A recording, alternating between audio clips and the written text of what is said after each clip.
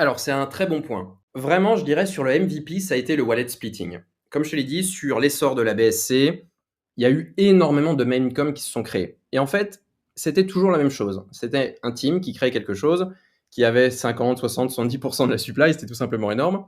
Et ces gens-là, pour passer incognito, qu'est-ce qu'ils faisaient? Ils faisaient du wallet splitting. Comme tu sais, dans la crypto, tu peux créer une multitude d'adresses, de wallets.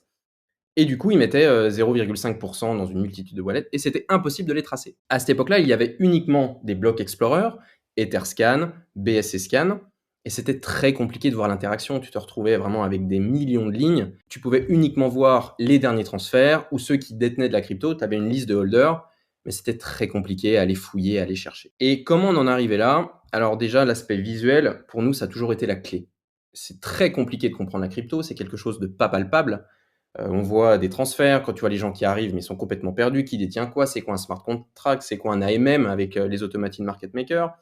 C'est très technique. Et on s'est dit comment on peut rendre simple de la manière, je veux dire, la plus ludique possible, c'est le visuel. Donc on est parti du principe que pour voir le wallet splitting, il fallait voir les interactions entre les holders. Et souvent, c'est les plus gros holders, c'est ceux qui détiennent le plus qui sont les plus importants à suivre. Quelqu'un qui détient un dollar n'a aucun intérêt. Donc on s'est dit, OK, on part du principe qu'on va récupérer les plus gros top holders, donc le top 150, qu'on représente sous forme de bulle. Chaque bulle est proportionnelle à son pourcentage détenu. Et à chaque fois qu'il y a eu un transfert de BNB, donc c'était souvent le gas fee qu'on traquait, ou de stablecoin, ou du token natif en question, on vient créer un lien. Donc c'est-à-dire que les deux bulles se connectent et tu te retrouves sur une map avec énormément de clusters, donc le plus souvent symétriques, avec de très belles formes très colorées. On s'éloigne pas trop vraiment de l'aspect gamification. Les gens de la crypto sont des joueurs de e-sport, c'est vraiment un domaine qui est commun absolument à ça. Et quand on a commencé justement à release ça, le wallet splitting,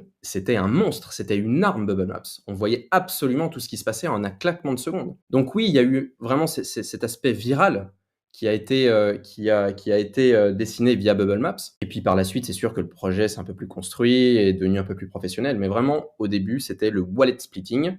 Et vu qu'il y avait énormément d'utilisateurs sur les différentes blockchains qui étaient Ether et BSC, ça nous a fait un trafic tout simplement incroyable. C'est comme ça qu'on s'est fait connaître.